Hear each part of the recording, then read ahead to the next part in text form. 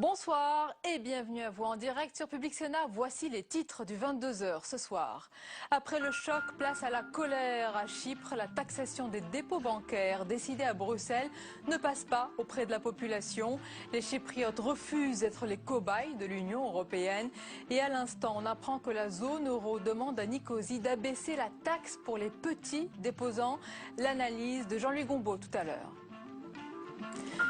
Enfin, une bonne nouvelle. François Hollande se saisit du contrat historique indonésien pour Airbus. Le président célèbre les milliers d'emplois créés chaque année par le constructeur européen. Un contrat qui tombe à pic sur le plan économique et politique. Réaction de notre invité ce soir, c'est le député UMP Jérôme Chartier, auteur du livre Éloge du travail chez Grasset. C'est bien la voix de Tanguy Moulin-Fournier qui appelle l'ambassadeur de France au Nigeria à tout mettre en œuvre pour sa libération et celle de sa famille dans ce second enregistrement diffusé par la secte Boko Haram. La voix du père a été identifiée par un proche. La famille Moulin-Fournier, qui compte 4 enfants, a été kidnappée le 19 février dernier dans le nord du Cameroun. Les détails dans ce journal. Voilà pour le programme de votre 22h. Merci d'être en notre compagnie ce soir. C'est une journée centrée sur l'économie pour le président Hollande après la signature à l'Elysée du contrat record pour Airbus.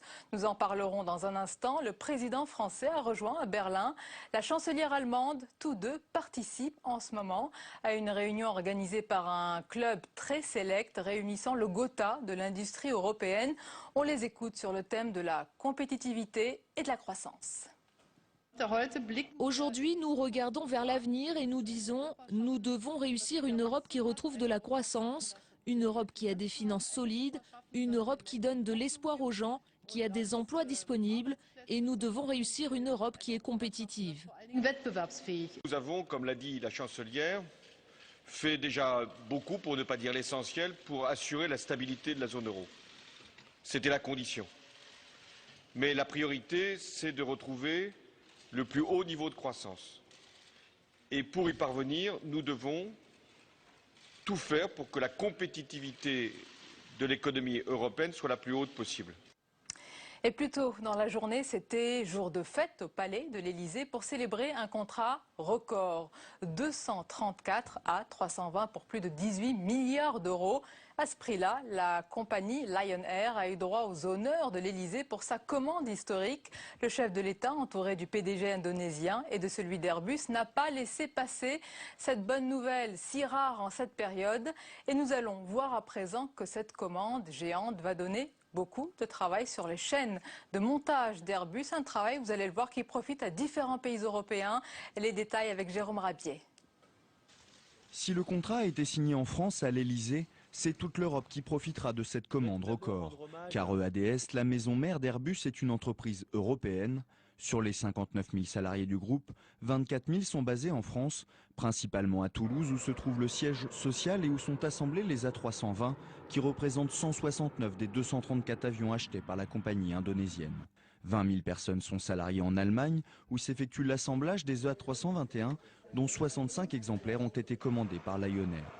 10 000 personnes sont basées au Royaume-Uni où sont produites la plupart des ailes des Airbus et 4 000 personnes travaillent en Espagne alors que les 1000 dernières travaillent dans d'autres pays. Si François Hollande évoque 5 000 emplois créés sur 10 ans grâce à ce contrat, difficile de chiffrer exactement ces retombées qui s'étaleront sur la durée. Le carnet de commandes d'Airbus étant d'ores et déjà rempli pour les 9 prochaines années. La production des 234 avions, qui pourraient en théorie être fabriqués en 6 mois, sera donc étalée sur les 6 prochaines années. Une bonne nouvelle pour Airbus, mais aussi pour tous ses sous-traitants, car la filière aéronautique, fleuron de l'industrie française dont Airbus n'est que la vitrine, emploie plus de 162 000 salariés dans l'Hexagone. Après le choc, place à la colère à Chypre. La taxation des dépôts bancaires décidée à Bruxelles ne passe pas auprès de la population. Les Chypriotes refusent d'être les cobayes de l'Union européenne et veulent impérativement modifier le plan de sauvetage qui sera examiné demain à 18h par le Parlement de Nicosie.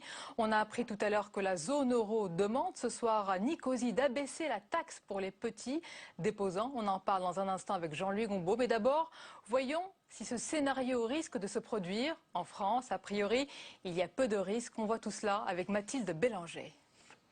Des files d'attente aux distributeurs pour échapper à la taxation bancaire. Ces images risque-t-on de les voir un jour en France? Pour les économistes, ce scénario est peu probable car les situations des banques chypriotes et françaises sont aujourd'hui très différentes. On n'est pas dans cette configuration. On a vu les banques françaises être fragilisées en 2009, ça n'est plus le cas. Et les situations qui ont généré la fragilité du secteur bancaire chypriote, beaucoup de dépôts étrangers, un marché immobilier qui s'était enflammé, une dépendance très forte à la dette grecque, tous ces éléments font que c'est une spécificité chypriote qu'on n'observe pas en France. Mais la situation chypriote ne laisse personne indifférent, car la décision de Bruxelles crée un précédent et elle montre surtout que les gouvernements reviennent sur leurs engagements de 2008. À l'époque, après la faillite de Lehman Brothers, un accord avait été conclu pour garantir les dépôts bancaires jusqu'à 100 000 €. Un accord désormais enterré. Ce que nous inquiète, c'est qu'actuellement, nous assistons pratiquement, on peut dire, à un laboratoire d'expérience des grands argentiers de Bruxelles, qui jouent les apprentis sorciers. Et là, c'est inquiétant. Pourquoi? Parce qu'ils peuvent l'étendre à d'autres pays. Pour le moment, on est rassuré, on se dit, oh bah, c'est des petits pays. Hein. Mais nous savons qu'il y a le Portugal, il y a l'Espagne, il y a l'Italie. Et si vous voulez, c'est comme la gangrène, ça peut s'étendre. Le ministre des Finances, Pierre Moscovici, s'est dit favorable à une répartition différente du plan de sauvetage de Chypre pour protéger davantage les petits épargnants.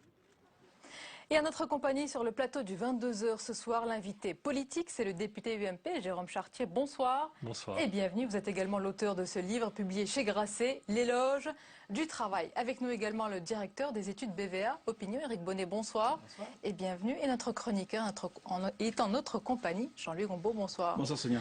Alors Jean-Louis, on parle de Chypre ce soir. Comment se fait-il que ce pays fasse des remous dans le monde entier? Toutes les capitales s'inquiètent, Paris, Berlin, jusqu'à Washington. Jusqu'à Washington, effectivement. Je crois qu'il y a deux raisons. La première, c'est le fait qu'aujourd'hui, les économies, la finance, les choses sont tellement interconnectées que le moindre grain de sable, parce que Chypre, c'est quand même un grain de sable, c'est 800 000 habitants, donc ce n'est pas grand-chose. Le moindre grain de sable peut perturber l'ensemble de la machine. Et puis, il y a cette décision qui vient juste d'être évoquée à l'instant, cette décision de la zone euro d'imposer, de proposer, de suggérer une mesure tout à fait inédite qu'on n'a jamais vue, qui consiste à, pour trouver des moyens pour sortir de la crise de Chypre, d'imposer l'épargne des Chypriotes.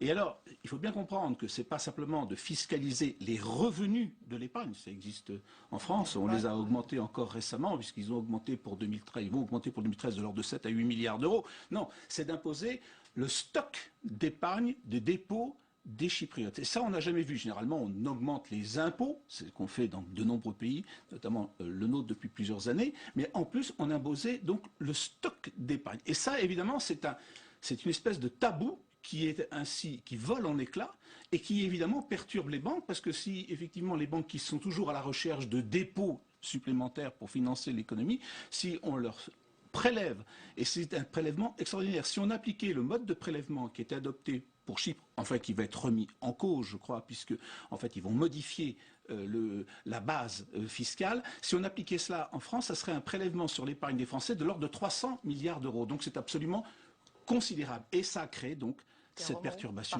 Jérôme Chartier, est-ce que vous comprenez la colère des Chypriotes qui estiment que cette taxe imposée par l'Europe, c'est du vol, du racket, selon leurs propres mots, aujourd'hui dans les rues de Nicosie? Ce que je comprends surtout, c'est que Chypre est arrivé à une situation inextricable. Il n'y avait pas beaucoup d'autres solutions pour essayer de mobiliser des fonds supplémentaires. Chypre a brûlé à la chandelle par les deux bouts. Chacun le sait, c'est un secret de polichinelle. Ils ont appliqué une sorte de liberté bancaire absolue. Ils ont appliqué une espèce d'économie ouverte à tout va. Et là encore, chacun le sait, rien de plus facile que de devenir citoyen chypriote. Je pense qu'un jour, le jeu touche à sa fin. On l'a vu pour d'autres pays. On est en train de le voir pour Chypre. Et le peuple trinque alors?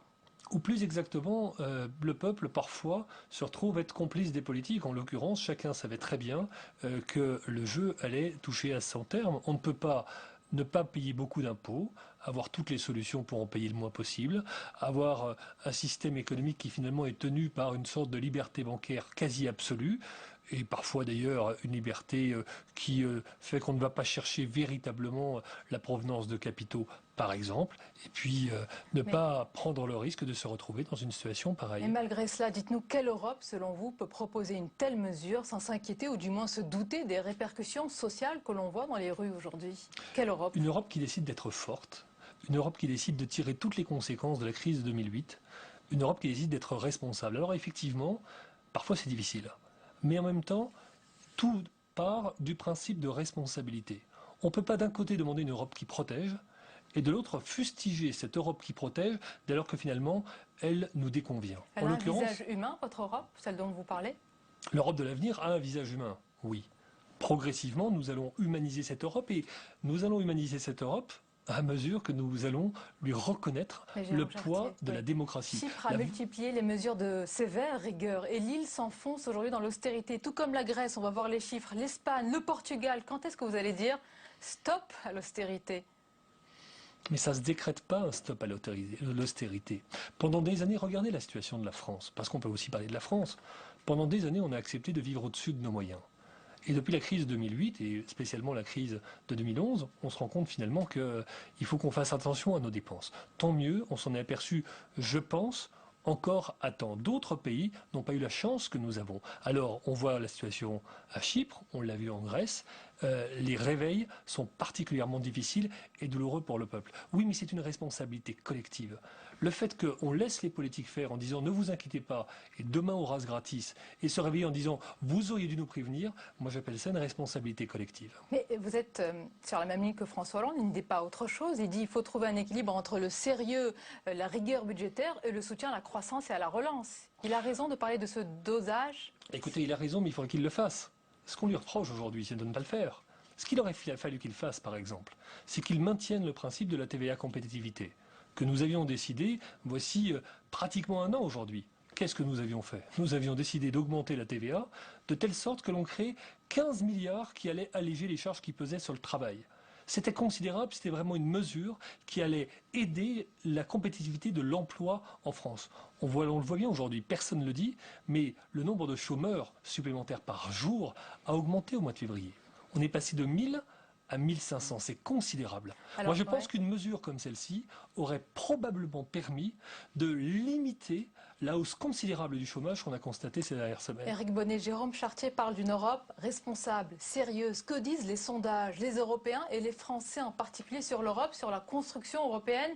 Il n'y a pas de surprise malheureusement, c'est le désenchantement. Ben oui, ils ont nettement moins confiance en l'Europe qui apparaissait pendant des années comme une solution. Enfin, on a presque oublié maintenant à quel point l'Europe était un espoir pour les Français.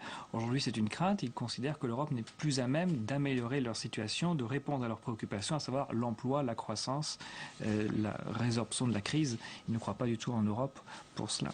Jérôme Chartier, l'Europe qui se voulait protectrice face aux dangers de la mondialisation est désormais vécue comme une entité anxiogène. La montée des populismes est une réalité aujourd'hui, notamment en Italie. Jusqu'où? Il faut attendre que l'étincelle prenne, que ça explose pour réagir? Je dirais que hier, l'Europe était un espoir et qu'aujourd'hui, elle est un devoir. Le fait que l'Europe n'existe pas est inimaginable dans l'esprit de chacun. L'Europe n'existe pas en 2008. L'Europe n'existe pas en 2011. Bref, c'est la France et l'économie française qui n'existent plus. Chacun a ce sentiment aujourd'hui qu'on est rentré dans une Europe de devoir, une Europe qui va accroître ses responsabilités, qui certes, avec ses responsabilités supplémentaires, va peut-être en retirer à chacun des États. On le voit par exemple sur les principes de convergence budgétaire, mais en même temps, est-ce qu'on la veut cette Europe qui protège? Est-ce qu'on la veut cette Europe qui sera capable de parler en face à face aux États-Unis d'Amérique, en face à face à la Chine, en face à face à tous les groupements économiques qui sont en train de se constituer? Et je ne suis pas d'accord avec le fait que l'on en soit loin aujourd'hui.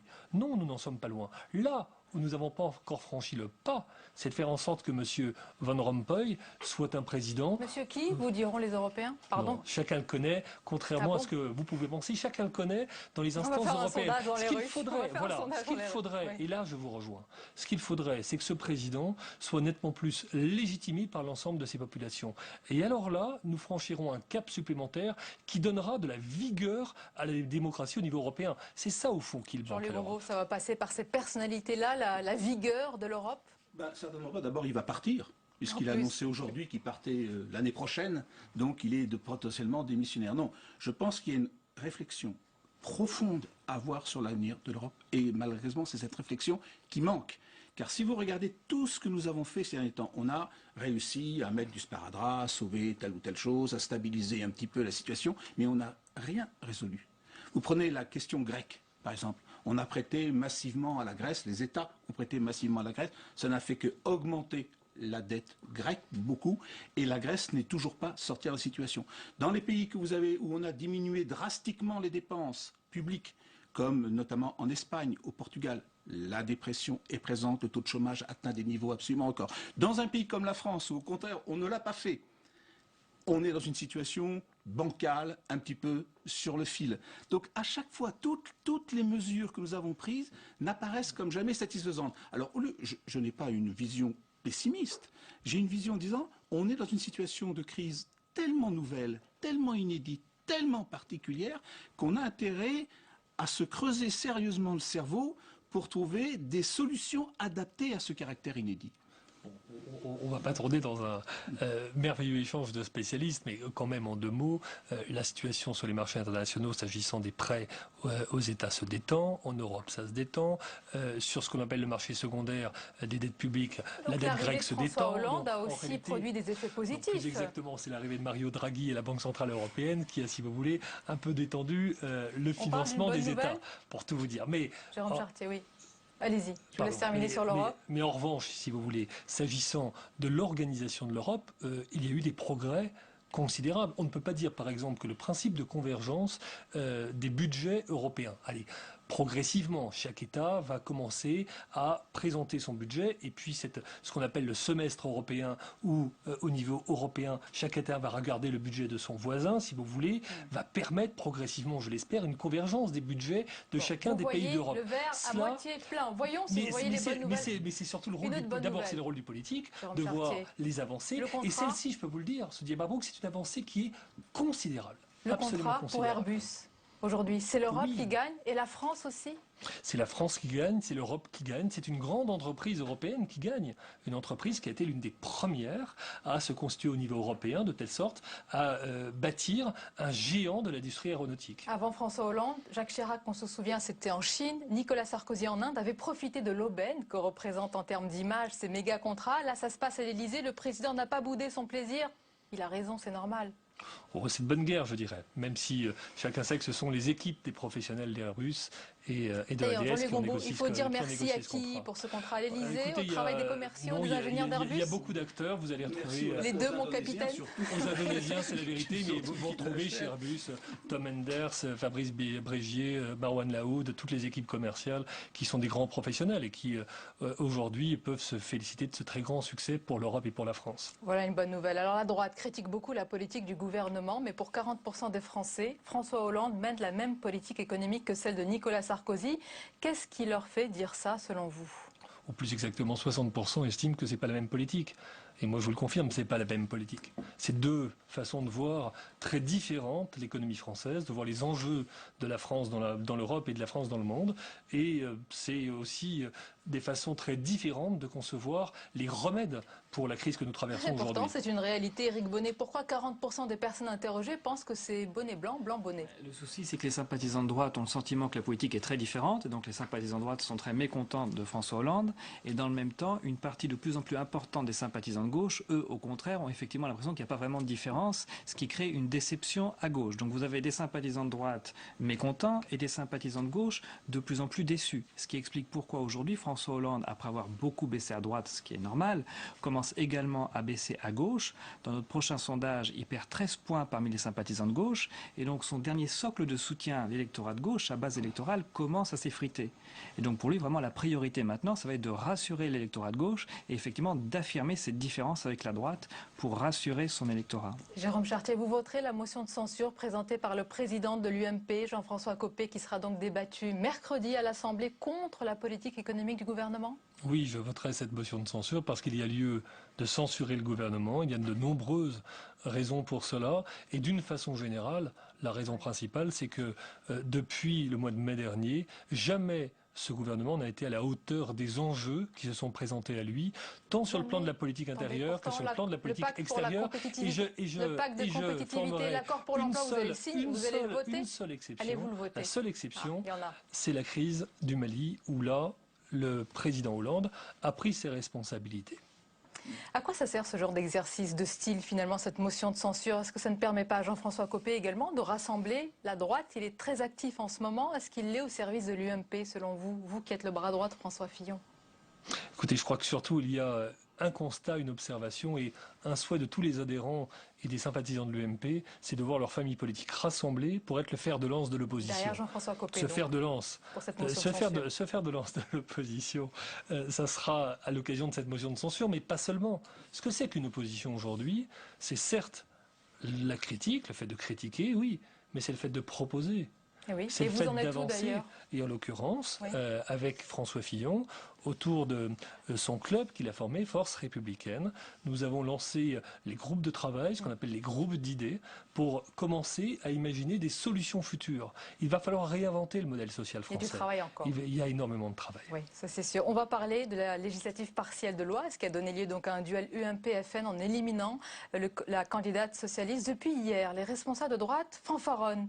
Est-ce que vous vous réjouissez d'être face au Front National? Non, fanfaronner n'est pas le terme que j'aurais utilisé. Ce que j'observe, c'est que la gauche, dans une circonscription qui, il faut le reconnaître, est une circonscription traditionnellement à droite, ne figure pas au deuxième tour.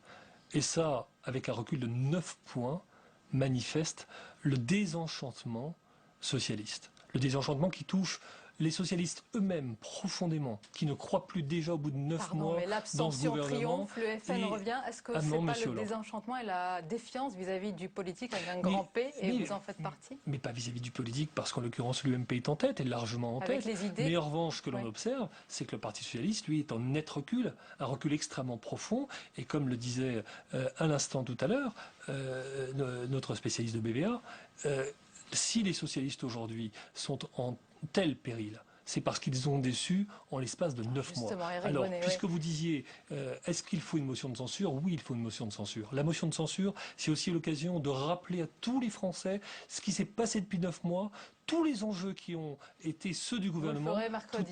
Et je le ferai mercredi. Comment il faut analyser ce résultat, justement? Déjà, ce qu'on voit, c'est que comme c'est une élection partielle, il y a forcément beaucoup moins de participation que pour une élection normale. Et donc, tous les candidats font beaucoup moins de voix qu'au mois de juin. Mais c'est vrai que si on regarde cette fois en pourcentage, on voit que la droite et l'extrême droite progressent beaucoup, alors que la gauche, elle, véritablement s'effondre, dans la mesure où, je vous le disais, les sympathisants de droite sont mécontents, les sympathisants de gauche sont déçus. Donc les sympathisants de droite sont beaucoup plus nombreux à être motivés pour sanctionner le gouvernement que les sympathisants de gauche sont nombreux à vouloir soutenir le gouvernement. Et donc il y a beaucoup plus d'abstentionnistes à gauche que d'abstentionnistes à droite, ce qui fait un rapport de force politique très favorable à la droite, très défavorable à la gauche. Il nous reste 30 questions pour 30 secondes, pas 30 questions. Non, on passerait la nuit. Je vous demanderai peut-être de répondre pour une fois par oui ou par non. Le Parti socialiste appelle au vote républicain. Si c'était le schéma inverse, personnellement, vous auriez fait la même chose? Oui. Merci Jérôme Chartier d'avoir été notre invité. Merci Éric Bonnet et merci Jean-Louis Gombault. La suite du 22h à présent avec tout ce qui vous a échappé dans le reste de l'actualité, c'est le tour de l'info. Il est signé Cécile Sixou.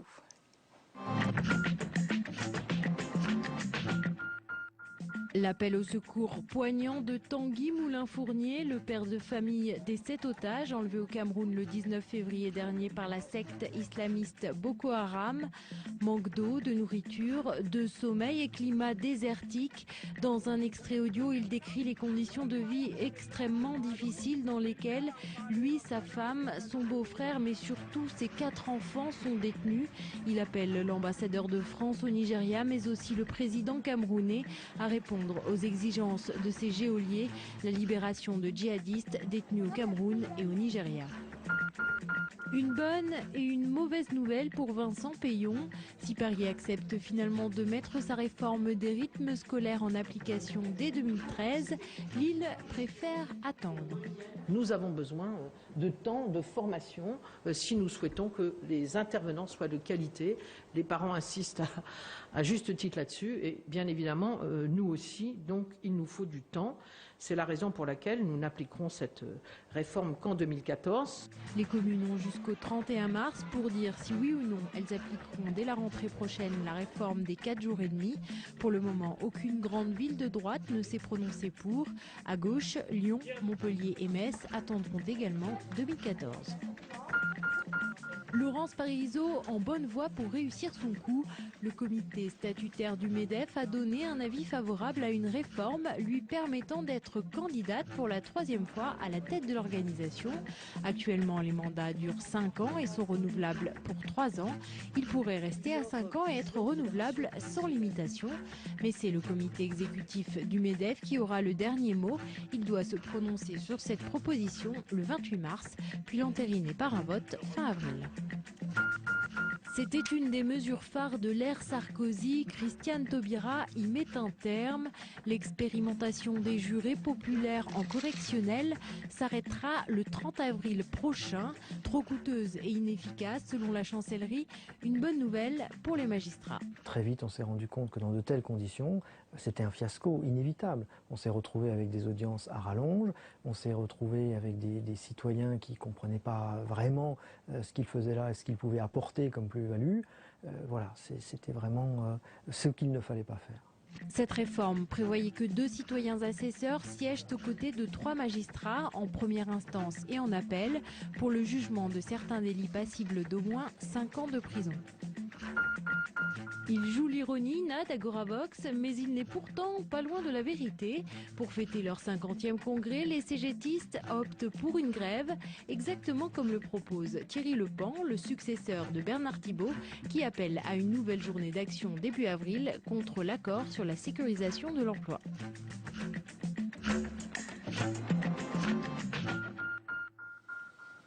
Et dans l'actualité à présent, du changement en vue pour les Français de l'étranger dont le nombre a explosé ces dernières années.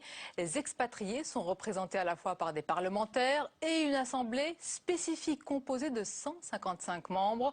Ce sont ces derniers qui élisent leurs 12 sénateurs. Le gouvernement a mis en discussion un texte pour élargir le corps électoral. On voit tout cela avec Nathalie Guilloire. Une représentation pas tout à fait démocratique. Depuis 30 ans, le mode d'élection des sénateurs représentant les Français de l'étranger n'a pas changé. Ils sont 12 sénateurs élus par seulement 155 grands électeurs et représentent plus de 2 millions de personnes. Un rapport trop faible, car 26 voix suffisent pour élire un sénateur, un système qui peut entraîner certaines dérives. Il est évident que lorsqu'il y a 12 sénateurs et 155 élus qui se connaissent, ça permet à la fois de voter pour des gens qu'on connaît, mais en même temps, ça n'évite pas parfois un certain nombre de dérives, même si jusqu'à présent, je n'ai pas observé que ces dérives avaient des conséquences sur l'élection des sénateurs. Objectif de la réforme, passer de 155 grands électeurs à 520, un changement qui devrait avoir lieu lors du renouvellement des sénateurs en septembre 2014 et qui favoriserait la proximité. Nous allons créer des conseils consulaires, c'est-à-dire des conseils qui seront élus au plus proche des communautés françaises qu'ils représenteront. Et nous rapprochons donc les élus de la communauté française qu'ils représenteront. Le changement de ce mode électoral est unanime, mais sur la forme, elle pose problème. Cette réforme était certes nécessaire, elle n'était pas urgente. Moi, le seul reproche que je fais au gouvernement, c'est de nous avoir sorti un texte de ces tiroirs sans avoir consulté l'ensemble des élus qui représentent les Français de l'étranger. Le texte est débattu jusqu'à demain en séance. Et avant de clore ce journal, j'ajoute cette information concernant le livre blanc de la défense dont il sera question vendredi matin à l'Elysée à l'occasion d'un conseil de défense autour du président de la République, tandis que les militaires craignent un scénario noir avec des coupes budgétaires sans précédent. C'est en ce moment que les décisions s'élaborent, notamment à Bercy, où le ministre délégué au budget a reçu son collègue de la Défense, Jean-Yves Le Drian. Ce dernier tente de sauver son budget qui pourrait passer en deçà du seuil de 1,5% du PIB à droite comme à gauche. Certains dénoncent un cataclysme pour l'armée. C'est le thème de notre débat demain à 22 h avec notamment les anciens ministres de la Défense, Jean-Pierre Chevènement et Gérard Longuet. De nombreux experts seront également en notre compagnie. Rendez-vous donc demain. Merci de nous avoir suivis. C'est votre soirée documentaire ce soir sur Public Sénat avec le film intitulé, vous avez dit, Laïcité. Belle soirée, à demain avec plaisir.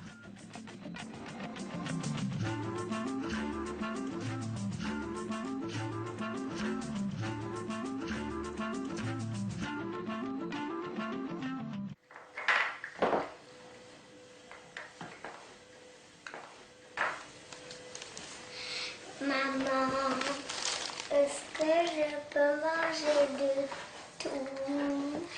Mais oui, mon chéri.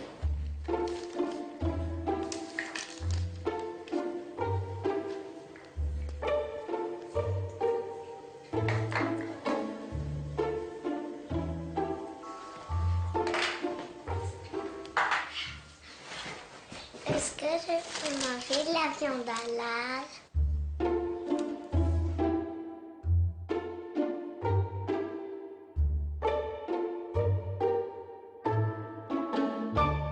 C'est quand je suis devenue française que j'ai compris que je transmettrais désormais la laïcité à mes enfants.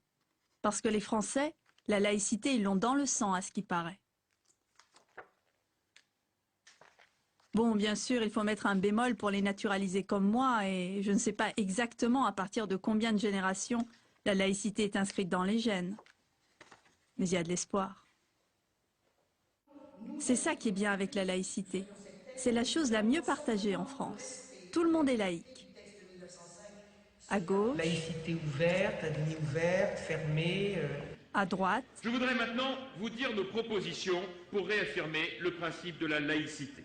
À l'extrême droite. Aujourd'hui, il faut être sourd et aveugle pour ne pas s'apercevoir que c'est la montée de l'intégrisme musulman qui met en cause la laïcité. À l'extrême gauche. Mon parti, sous la houlette de M. Henri Peña-Ruiz et de Mme Pascale Lenouanic, va proposer une loi d'extension de la laïcité à des domaines où elle ne l'est pas encore. Mais est-ce qu'on parle bien tous de la même chose? C'est pourquoi nous devons tenir ensemble les deux bouts de la chaîne. Assumer les racines chrétiennes de la France et même les valoriser, tout en défendant la laïcité, enfin parvenue à maturité. Voilà le sens de la démarche que j'ai voulu accomplir ce soir à Saint-Jean-de-Latran. Comment est-ce que l'État peut valoriser ses racines chrétiennes et défendre la laïcité en même temps? C'est là que je me rends compte que je suis une immigrée de la première génération, quand je ne comprends pas ces subtilités françaises.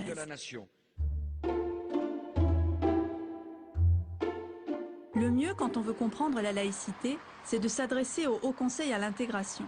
Le travail du HCI, au départ, c'est de conseiller le Premier ministre sur l'intégration des immigrés. C'est aussi le seul organisme à conseiller l'État en matière de laïcité. Alain Sexig, inspecteur de l'éducation nationale, est le président de la commission laïcité du HCI. La laïcité, c'est le principe d'organisation du peuple en société. C'est donc la réunion des membres de ce peuple par-delà les différences des sujets qui composent ce peuple. C'est un principe de concorde, un principe de rassemblement. On met par moments de côté ce qui peut nous différencier pour nous rassembler autour de principes communs et dans des institutions communes et de partage, institutions scolaires, les services publics, pour dire les choses rapidement. Séparation des églises et de l'État, distinction de ce qui relève de la sphère privée et de la sphère publique, de l'espace public. On ne fait pas la même chose selon qu'on est chez soi ou selon qu'on est dans un espace public ou dans un service public commun, partagé. Et enfin, c'est la liberté de croire ou de ne pas croire, c'est la liberté de culte, la laïcité aussi. Je comprends mieux. Le but de la laïcité, c'est de nous rassembler et qu'on soit tous égaux. La séparation de l'Église et de l'État et la neutralité du pouvoir, ça aussi j'ai compris. Mais il aurait fallu peut-être aussi l'expliquer à Nicolas Sarkozy. Par contre, sphère publique, sphère privée à revoir. Et les ennemis de la laïcité dans tout ça? Il n'a plus d'ennemis de la laïcité. C'est simplement en son sein que les acceptions sont différentes, voire divergentes par endroits. En 1989, par exemple, quand deux jeunes collégiennes au collège Gabriel Hadès de Creil ont voulu entrer dans le collège et assister à des cours en portant ce qu'à l'époque on appelait un foulard, par la suite le voile islamique, beaucoup de ceux qui disaient « mais il n'y a pas de problème », enfin, nous disaient « mais c'est pas deux petites filles qui vont mettre à bas l'édifice de la République, enfin c'est un épiphénomène, c'est rien du tout, c'est même pas un détail, il n'y a pas de quoi s'arrêter à cela ». Eh oui, il y en avait deux. Puis il y en a eu 100, puis il y en a eu 200, puis il y en a eu 500, puis il y en a eu 5000. Et là, on a commencé à se poser des problèmes. Et ceux-là même qui disaient « ça n'est pas un problème » commençaient à dire « oui, peut-être ». Et il a fallu attendre 2004, les conclusions de la commission Stasi, pour que, à l'immense majorité des députés et des sénateurs, les deux chambres votent une loi interdisant le port de signes et tenues par lequel on manifeste une appartenance religieuse dans les écoles, collèges et lycées publics. Il a fallu 15 ans pour que d'une position qui était somme toute assez minoritaire, y compris chez les politiques, devienne archi-majoritaire. Donc les choses étaient derrière nous, allaient de soi, jusqu'en 89. Moi, dans ma carrière, par exemple, avant 89, jamais, je n'ai eu à traiter de questions relatives à la laïcité, à des atteintes ou ce que je pouvais considérer comme étant des atteintes au principe de laïcité. Jamais en 89. Après, oui. Ah, 1989. Vous vous rappelez? L'irruption des foulards et de la laïcité dans nos vies quotidiennes. Bien sûr, entre foi religieuse et fanatisme, il n'y a qu'une étroite frontière qu'il est parfois difficile à définir. Exemple très concret qui se pose dans certains lycées et collèges en ce moment. Par exemple, dans ce collège à Creil, 3 jeunes filles musulmanes qui s'opposent à leurs professeurs et aux dirigeants du collège. Motif, elles veulent afficher en permanence les signes extérieurs de leur religion. Chantal Kimerlin, Yann Jiquel, enquête. L'objet du délit, le foulard, plus précisément le zif marocain que portent Fatima et Leïla selon leurs convictions musulmanes. Je crains en Dieu. Je crains de personne, sauf le Dieu. Je porterai toujours mon foulard jusqu'à ma mort. Le problème n'est pas des croyances, le problème est de la manifestation extérieure de cette croyance dans l'enceinte des locaux scolaires et notamment en classe. Avant 1989, ça baignait. Mais après, toutes sortes de choses étranges sont apparues dans les salles de classe. Et malgré la loi de 2004 et le bannissement des signes religieux ostensibles, ça continue, même aujourd'hui. Alors, il faut former les futurs profs pour qu'ils sachent appliquer les principes laïques en classe. On les prépare par exemple à l'oral de CAPES avec des cas pratiques. Il est prévu une visite d'église. Arrivé devant l'église, un groupe d'élèves refuse de visiter. Comment vous réagissez? Vous êtes en art plastique. Oui, c'est ça. Comment vous réagissez par rapport à cette question? Donc là, mon devoir, ce serait de leur expliquer qu'on étudie le patrimoine culturel de la religion catholique, mais que justement, ce qui serait bien, c'est aussi d'étudier des exemples, par exemple, de leur religion ou d'autres religions. Le jury pourrait vous parler de relativisme au début. Il y a un fait précis, la France a un patrimoine religieux essentiellement chrétien. L'enjeu, c'est de les former à la création artistique et patrimoniale. Et de leur montrer que moi, si je vais visiter une mosquée, c'est pas une conversion ou une pagode ou un temple. Vous pouvez choisir ce que vous voulez et que l'homme s'est exprimé dans des bâtiments civils comme dans des bâtiments religieux. Ces situations viennent de situations réelles rencontrées par des enseignants. Certes, c'est pas du tout massif. Quelquefois, elles se sont produites qu'une fois. Mais elles sont significatives. Donc le problème, c'est des élèves qui opposent pour des motifs religieux le refus de travailler sur des illustrations d'un almanach, illustrations relatives à la tradition chrétienne, enfin, que je suppose. Pour les illustrations en tout cas. Donc la proposition, c'est d'instaurer calmement un débat auprès des élèves pour leur expliquer que le professeur est un interprète d'un programme décidé par le législateur. Ce programme touche un socle de connaissances et de compétences qui doit être commun à tous, notamment le patrimoine culturel français. L'État se veut neutre, mais c'est lui qui prime. Il faut leur expliquer que la liberté de conscience est préservée, qu'il n'y a pas de prosélytisme et que la Bible est d'ailleurs un texte commun aux 3 religions monothéistes. Si les élèves, après ce débat, n'ont pas voulu continuer la leçon, il faut prévenir le chef d'établissement pour convoquer les parents et leur expliquer ce qu'implique l'enseignement à l'école, notamment qu'il est laïque et que l'aspect culturel du religieux est maintenu dans un cadre d'unité historique des fondements de la nation. C'est pas judéo-chrétien, almanach. C'est alméné. C'est le calendrier lunaire arabo-musulman. Pourquoi ça? C'est parce que le calendrier musulman lunaire était jugé beaucoup plus précis pour l'agriculture. Notre calendrier, il est babylonio-étrusque. C'est la grande erreur des révolutionnaires de 89 que d'avoir pensé abandonner un calendrier judéo-chrétien. Mais là, on est dans une inculture d'élèves, et donc le calendrier est une bonne occasion pour montrer la multiplicité de nos racines. Aujourd'hui, on essaye de mettre en pratique la laïcité. Ce qui n'a pas été le cas dans l'école, hein. Faut être très clair. Les devoirs envers Dieu dans l'école n'ont été supprimés qu'en 1925. Parce que comme personne ne s'occupait des contenus d'enseignement, Jules Ferry les a laissés, Ferdinand Buisson les a laissés. Ça permettait à l'enseignant qui voulait les évoquer de le faire là.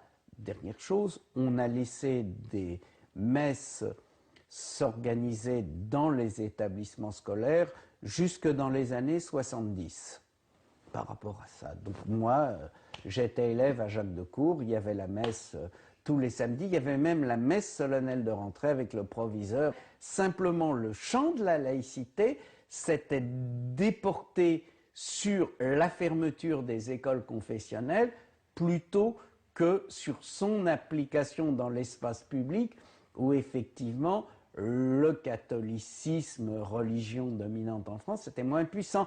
Mais l'islam est arrivé et a re-questionné une laïcité non mise en pratique.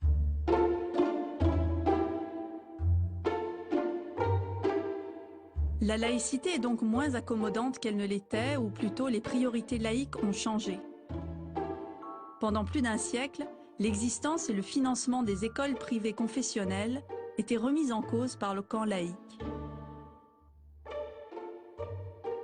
Aujourd'hui, l'État laïque interdit le port de signes religieux dans les écoles publiques, mais finance les écoles privées où cette interdiction ne s'applique pas. Bref, tout est en ordre, les profs sont formés, les élèves sont neutres. Et non, même si tout le monde est laïque, il y en a toujours qui le sont moins que d'autres. Et il va falloir y remédier.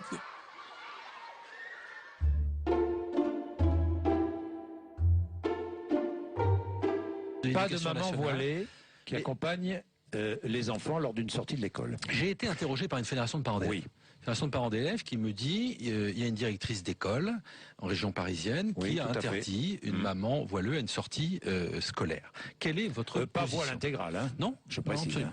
Quelle est votre position? J'ai beaucoup réfléchi naturellement avant de répondre. J'ai tenu compte de l'avis du Haut Conseil de l'intégration qui a rendu un avis l'année dernière, en 2010, et qui considère que les travailleurs occasionnels de services publics, c'est-à-dire ceux... Vous avez les jurés d'assises, vous avez les jurys de concours. Eh bien, les parents accompagnateurs sont des travailleurs occasionnels. Ils ont des droits et des devoirs. Quand on accompagne les sorties scolaires, par exemple, on est assuré par l'école. On est responsable aussi des élèves qu'on encadre. Eh bien, donc, on a des droits et des devoirs, et on doit avoir, à mon sens, les mêmes droits et les mêmes devoirs que les personnels de l'éducation nationale. Eh bien, dans ces droits et des devoirs, il y a le principe de neutralité et le principe de laïcité. Ils sont intangibles et ils ne sont pas négligeables. Je lis la circulaire du 18 mai 2004. Les parents d'élèves ne sont pas concernés par la loi sur les signes religieux. Oui. Absolument. Vous allez la changer, cette circulaire? Eh bien oui, nous allons travailler. Alors on est en train de regarder avec le service juridique. Oui. Encore une fois, l'avis du Haut Conseil sur l'intégration ouvre une perspective. Donc il n'y a pas forcément besoin d'une circulaire d'adaptation. Nous sommes en train de regarder dans le détail ce point. Mais j'ai beaucoup réfléchi avant de prendre cette décision. Je pense que c'est un message extrêmement fort. L'endroit où tout a commencé, c'est ici à l'école Joséphine Becker de Pantin. Madame Palacio, la directrice, a fait la une des journaux, un peu malgré elle. On n'avait jamais eu de problème pour l'accompagnement des sorties scolaires jusqu'à ce que une maman se voit refuser plusieurs fois de venir et puis qu'on lui dise finalement, la maîtresse lui dise c'est parce que elle dit dites-moi la vérité, c'est parce que j'ai un foulard, et la maîtresse a répondu oui, et à partir de ce moment-là, comme elle était élue au conseil d'école, elle s'est renseignée auprès de la FCPE. La FCPE lui a dit oui, c'est pas normal, c'est de la discrimination, et puis on va tenter une action, on va dénoncer cette pratique discriminatoire, et donc la décision a été prise par la FCPE de l'école d'écrire au ministre de l'Éducation nationale, et ça a démarré comme ça. Et avec des articles dans les journaux, et nous on dit que les personnes qui accompagnent les élèves ne doivent pas montrer leur religion. Le ministre a répondu, la directrice a raison et les mamans ne peuvent pas s'imposer dans les sorties scolaires. Et en tous les cas, il est légitime de ne pas prendre celles qui montrent leur appartenance avec un signe, avec un vêtement.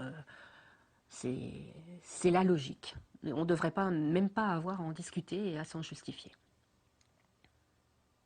Pour nous, la situation s'est apaisée. Nous n'avons pas du tout d'histoire avec les parents d'élèves.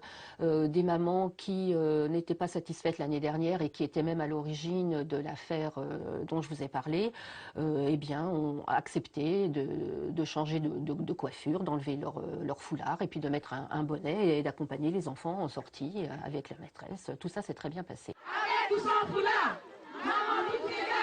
Si un bonnet, même pas phrygien, a suffi pour sauver la laïcité à Pantin, la bataille continue ailleurs en France. Des hordes de mamans voilées refusent de changer de coiffure le temps d'une sortie. Elles font de la résistance, notamment à Montreuil, où elles ont créé un collectif « Mamans toutes égales ».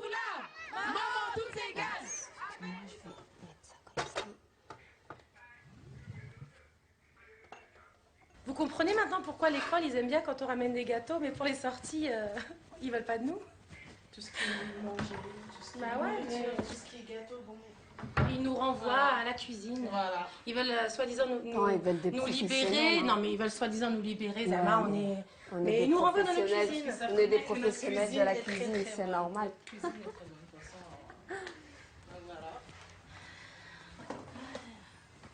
Moi, j'aimerais bien voir la loi, puisqu'il n'y en a pas.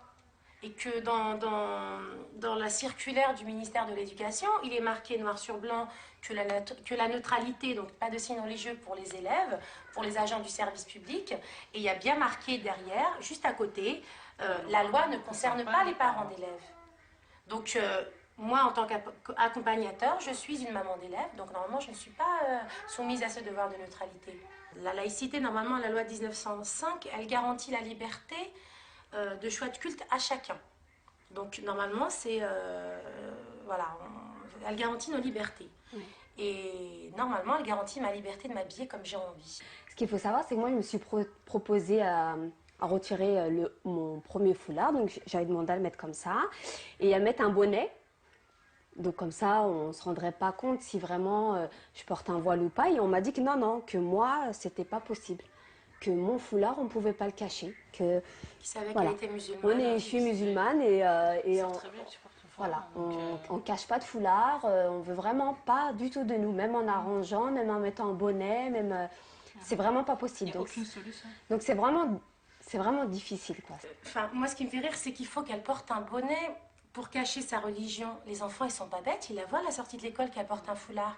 Les enfants, entre eux, ils parlent, la maman d'un tel, la maman d'un tel. Moi, je sais que les copains de mes enfants ne voient pas en moi la femme qui porte un foulard, ne voient pas une maman qui porte un foulard, et ils voient la maman de Mohamed, ils voient la maman d'un tel. Donc, c'est pas parce que je vais mettre un bonnet ou que je vais retirer mon foulard, que je vais être plus apte à surveiller un enfant. Quand on participe aux sorties scolaires en maternelle, puisqu'il n'y a qu'en maternelle qu'on peut participer, malheureusement. On ne parle pas aux enfants de religion. Enfin, je veux dire, je ne sors pas avec mon Coran à dire « Ah non, hein, ça c'est mal, hein, t'as mangé du porc. Ah non, c'est pas bien, hein, tu vas aller en enfer. » Non, mais il faut arrêter. Chacun est quand même libre de choisir la religion qu'il veut. On a même eu une enseignante de CP qui m'a dit « Oui, mais vous savez, madame, il y a la maman de un tel, alors elle porte un foulard en bandeau, mais vous savez, je vois ses cheveux. Alors comme elle est musulmane, je ne sais pas si je pourrais un jour lui proposer d'aller en sortie avec nous ou pas. » Donc vous voyez, c'est des questions que je me pose et c'est plutôt flou. Mais je me dis quand même, il y a des choses plus importantes. Il y a des choses plus importantes que de se battre. Si on s'y mettait toute l'énergie qu'ils ont à nous exclure pour défendre la suppression des postes, pour défendre les classes non remplacées, pour défendre l'école publique, eh bien, on y arriverait. Mais là, ils sont contre nous.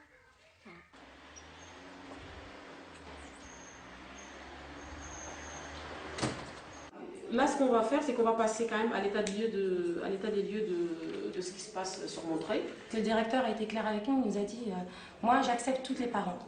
À partir du moment où il y a la sécurité, tous les parents sont admis.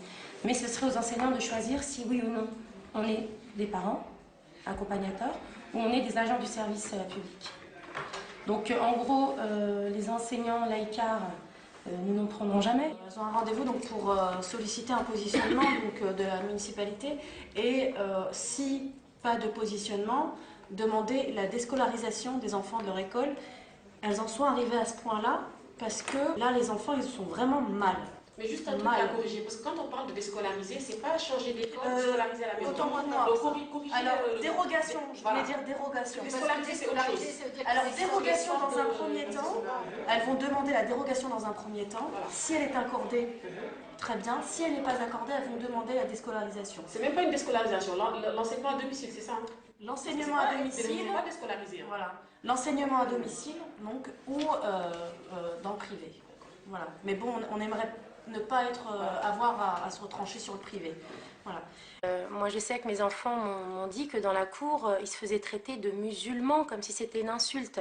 Ils étaient mis de côté, que les enfants entre eux disaient « Mais oui, mais toi, de toute façon, ta mère ne pourra pas aller en sortie parce qu'elle porte un foulard, parce qu'elle est musulmane. » Enfin, c'est des choses pour des enfants... Enfin, à 7 ans, mon fils me posait pas vraiment de questions sur l'islam. Pour lui, bon, il sait que ses parents sont musulmans, il sait qu'il est musulman, qu'il s'appelle Mohamed.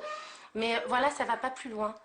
Ils vont se poser plein de questions. Ils ont essayé de faire... Non, mais ils n'ont pas l'âge de se poser ces questions-là. C'est pour ça, moi je n'ai pas appris à cet âge-là. Nous, dans notre famille, moi particulièrement, on a des gens, j'ai ma soeur qui fait Noël, quoi. J'ai mes soeurs, il y en a 2 qui font Noël. Et ben on y va, et mes enfants... comprennent à leur manière que chez Tata Mimouna, chez Tata Fatima, il y a un sapin de Noël, mais chez nous il n'y a pas. Mais tout ça, on leur explique petit à petit, ils le comprennent. Mais là, du coup, c'est comme si qu'on leur montrait qu'être musulman, c'était pas bien. C'est vrai, on est dans une école où il y a de tout. Il y a des Arabes, il y a des Noirs, il y a de tout, quoi. Et puis c'est ça la France, quoi. Aujourd'hui, c'est ça. Moi, dans ma famille, il y a de tout. On a des Français, on a des Kabyles, on a de tout. Mais c'est ça le monde d'aujourd'hui. Et on ne veut pas que notre enfant ait peur quand l'enseignant lui dit la semaine prochaine, il va y avoir une sortie. Nous, on veut que notre enfant il soit content et que même s'il ne va pas demander à sa maman parce que sa maman travaille, qu'elle ne peut pas venir, quand même, à l'intérieur de lui, il va être content parce qu'il va se dire « Ah, ma maman, si elle avait pu, elle serait quand même venue. » Voilà, moi, c'est ce que je veux. Quand des problèmes surgissent, c'est plus le fait d'individus, donc que ce soit des parents ou que ce soit des instituts ou autres, que finalement un problème qui est amené sur la table par l'institution. Un individu qui se sent en fait de régler un contentieux avec l'islam, les musulmans et ainsi de suite. Mais quand même là, ce qu'on voit, je trouve, c'est au-delà de ça, c'est pas l'effet d'individu. Quand on dit, ce que dit l'inspection académique, que c'est aux enseignants de décider si des parents sont des agents du service public, agents du service public ou pas, c'est une vaste hypocrisie. En fait, ce qu'ils font, c'est que comme s'il y avait vraiment une circulaire qui le disait, elle serait attaquée pour discrimination, ils font pas de circulaire. Ils disent que c'est les enseignants, les individus qui interprètent, mais c'est pour mettre en place une discrimination non officielle. Mais tout est fait pour qu'elle soit mise en place. C'est une vaste hypocrisie de dire que c'est les individus qui décident, que c'est les enseignants qui décident. Parce que jamais l'enseignant se fera rabrouer par l'inspection académique. Donc. Alors oui, il y a eu Sheina qui a et puis Leïla.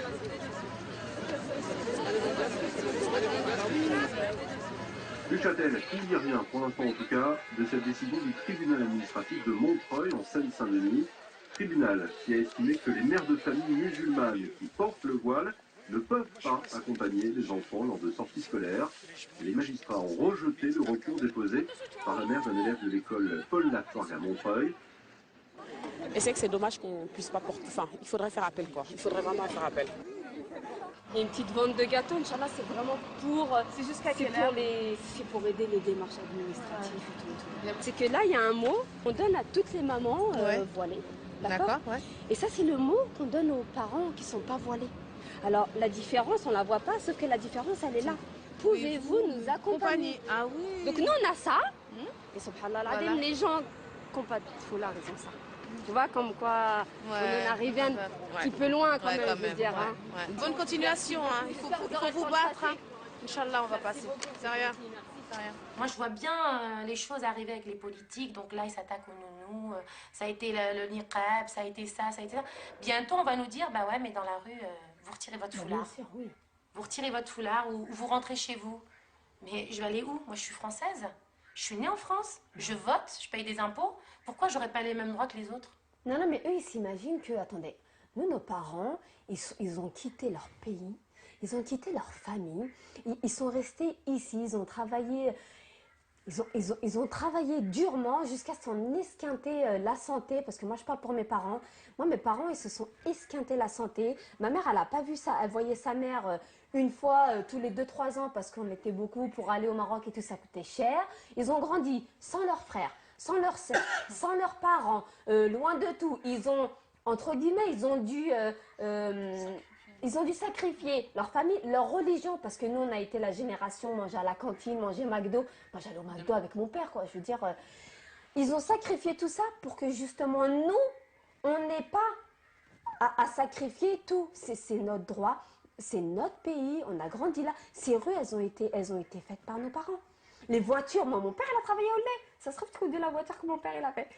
Non, mais je veux dire, nos parents se sont battus, se sont sacrifiés pour que nous, on n'ait pas, justement, à subir ce genre de choses. Et ça, on aura beau nous dire, taisez-vous et tout, eh ben non.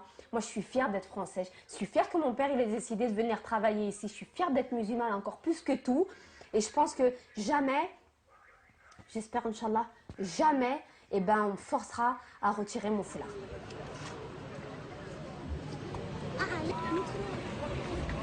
Voilà. La passe. Les signes religieux sont jamais que le premier moment d'autres qui annoncent des durcissements de comportement. Qui, aujourd'hui, de par le monde, réclame que les femmes portent le voile? Qui? Quel régime? Et cela s'accompagne de quelles pratiques au quotidien dans les relations sociales? Qu'on réponde à cette question. On nous disait, de jeunes filles, ça ne prête pas à conséquence. On a vu que ça augmentait et que ça touchait à d'autres questions que les seuls signes. Si réellement ça a si peu d'importance que ça ne devrait pas plus en avoir pour celles et ceux qui le revendiquent. Pourquoi devrions-nous considérer, nous, que ça n'a pas d'importance, nous qui voulons faire appliquer le principe de laïcité, si ceux qui le portent nous disent « Ah, mais si nous ne l'avons pas, si nous ne le portons pas, c'est comme si on nous niait, purement et simplement. C'est comme si nous étions nus. » Alors nous, il faudrait qu'on considère que ça n'a aucune importance, quand les personnes qui le revendiquent considèrent que ça a plus d'importance que leur vie même, que ça englobe leur vie même. Il y a quand même là une contradiction qu'il faudrait lever. Et nous disons simplement, libre à chacun, encore une fois, de penser ce qu'il veut, dans sa sphère privée, dans son lieu de culte, mais autre chose est de dire et de se présenter en tout lieu en disant « Vous pouvez de toute façon dire ce que vous voulez, vous pouvez raconter ce que vous voulez, ce que je pense est plus fort et me protège même contre ce que vous pouvez me raconter. » Ça n'est pas rien qu'un voile, par exemple, bouche les oreilles, en général.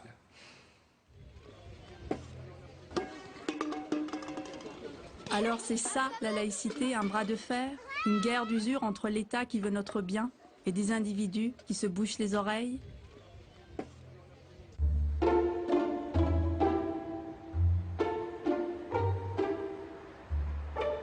Sur les traces de cet État qui nous émancipe en nous montrant la voie de la raison, je me retrouve à Saint-Nazaire, ville rouge, dans une région catholique. Ici aussi, il y a des batailles minuscules qui se mènent au nom des grands principes. On ne parle plus de foulard ou de bonnet, mais de viande dans les cantines scolaires municipales. Plus précisément de viande que des familles ne veulent plus dans les assiettes de leurs enfants. C'est parti donc de février 2011, quand la directrice de la garderie de ma fille, qui a 2 ans et demi, Sarah, m'a annoncé qu'elle pourrait plus manger à la cantine, donc parce qu'ils avaient reçu des directives de la part de sa hiérarchie, donc la municipalité, qu'ils devaient servir de la viande obligatoirement dans l'assiette de mon enfant. Donc à partir de ce moment, ma fille voulait manger, mais je ne pouvais pas parce que je suis musulmane et donc mes enfants mangent de la viande halal. Donc concrètement, ce que l'on demande, c'est tout simple. C'est que nos enfants mangent avec les autres enfants, avec les copains, copines, les mêmes menus, mais en ne mettant pas la viande dans l'assiette. On m'a dit non, on va servir de la viande à tous les enfants sans exception. Je lui ai dit ouais, mais mon fils il a 2 ans, donc il comprend pas.